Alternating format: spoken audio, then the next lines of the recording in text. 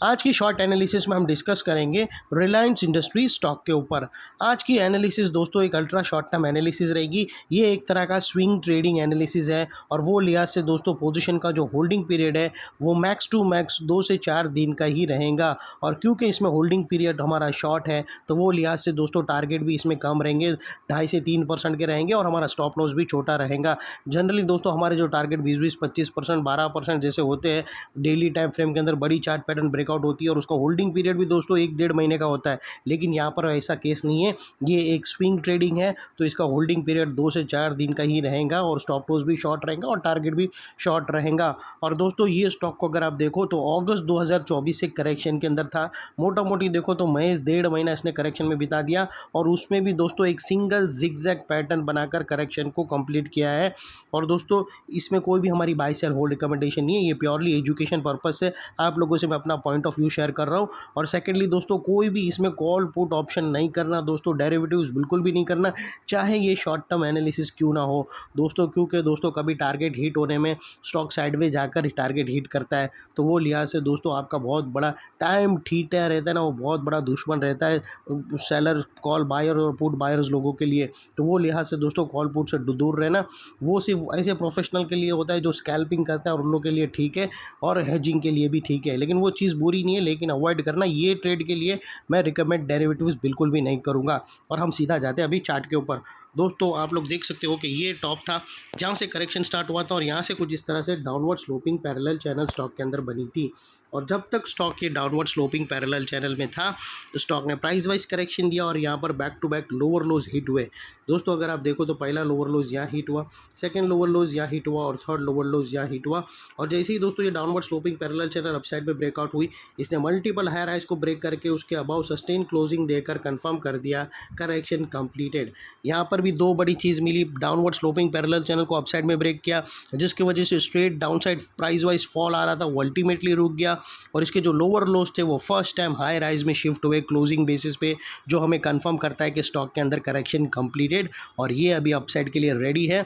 इसका जो करेक्शन का ट्रेंड था वो बाई साइड की तरफ शिफ्ट हो चुका है। अनलेस एंड अनटिल हमारा स्टॉप लॉस हिट ना हो जावे या फिर लोअर लोज के नीचे क्लोजिंग ना दे दे या फिर नया लोअर लोज ना बनावे, तब तक हम यही मानकर चलेंगे कि यहाँ पर बॉटम लग गई है और अभी अपसाइड मूव के लिए स्टॉक रेडी है। और दोस्तों यहाँ पर आप लोगों को बता दूं कि यहाँ पर हमें जो चार्ट पैटर्न मिली है वो ज़बरदस्त, यहाँ पर चार्ट पैटर्न के साथ हमें एक अच्छी कैंडल स्टिक पैटर्न भी मिली है जिसके बारे में मैं आप लोगों को वो भी बताऊंगा। दोस्तों अगर आप देखो तो यहाँ पर अगर हमें डेली टाइम फ्रेम के अंदर एक छोटी सी ट्रायंगुलर चार्ट पैटर्न ज़बरदस्त मिली है दोस्तों, और उसकी जो नेकलाइन निकल कर आती है वो तकरीबन फ्रेंड्स अगर आप देखो तो ये उसकी नेकलाइन है और नेकलाइन के ऊपर वेल्स क्लोजिंग दिया है। और दोस्तों अगर आपको बता दूं तो यहाँ पर हमें एक स्पिनिंग टॉप कैंडल मिली है और स्पिनिंग टॉप एग्जैक्टली सपोर्ट के पास मिली है और स्पिनिंग टॉप के ऊपर हमें क्लोजिंग मिली है, जो ये स्पिनिंग टॉप एक्टिव हो चुका है। अगर आप ये कैंडल देखो, इसके ऊपर वाली कैंडल स्पिनिंग टॉप के ऊपर वाली कैंडल, तो उसने स्पिनिंग टॉप के हाई के ऊपर क्लोजिंग दिया है, उसका मतलब स्पिनिंग टॉप एक्टिव हो चुकी है। और जब भी स्पिनिंग टॉप सपोर्ट के पास आके ऐसे कैंडल बना दे तो वो एक रिवर्सल का सिग्नल होता है और वो बहुत छोटी कैंडल है लेकिन तबाही लाती है। दोस्तों अगर आप लोगों को पीछे बैक डेटेड बताऊँ तो आप देख सकते हो कि यहाँ पर भी स्पिनिंग टॉप था और ये देखो बूम, पीछे भी बहुत सारी हिस्ट्री है दोस्तों स्पिनिंग टॉप की। अगर आप दोस्तों यहाँ पर भी अगर आप देखो तो यहाँ पर भी स्पिनिंग टॉप के बाद ही रॉकेट हुआ।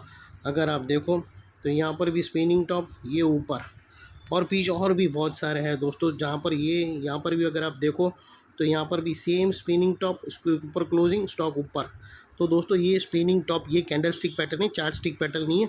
हम यहाँ पर चार्ट स्टिक पैटर्न भी प्रेडिक्ट करे हैं, ट्रायंगुलर चार्ट पैटर्न, और साथों साथ उसके पास हमें कैंडल स्टिक पैटर्न भी मिला है। तो ये दोनों डबल चीज़ मिली है तो हमें कॉन्फिडेंस देता है बाई साइड करने का। और दोस्तों इसका जो अपसाइड में टारगेट निकल कर आता है वो 3050 का फर्स्ट टारगेट है।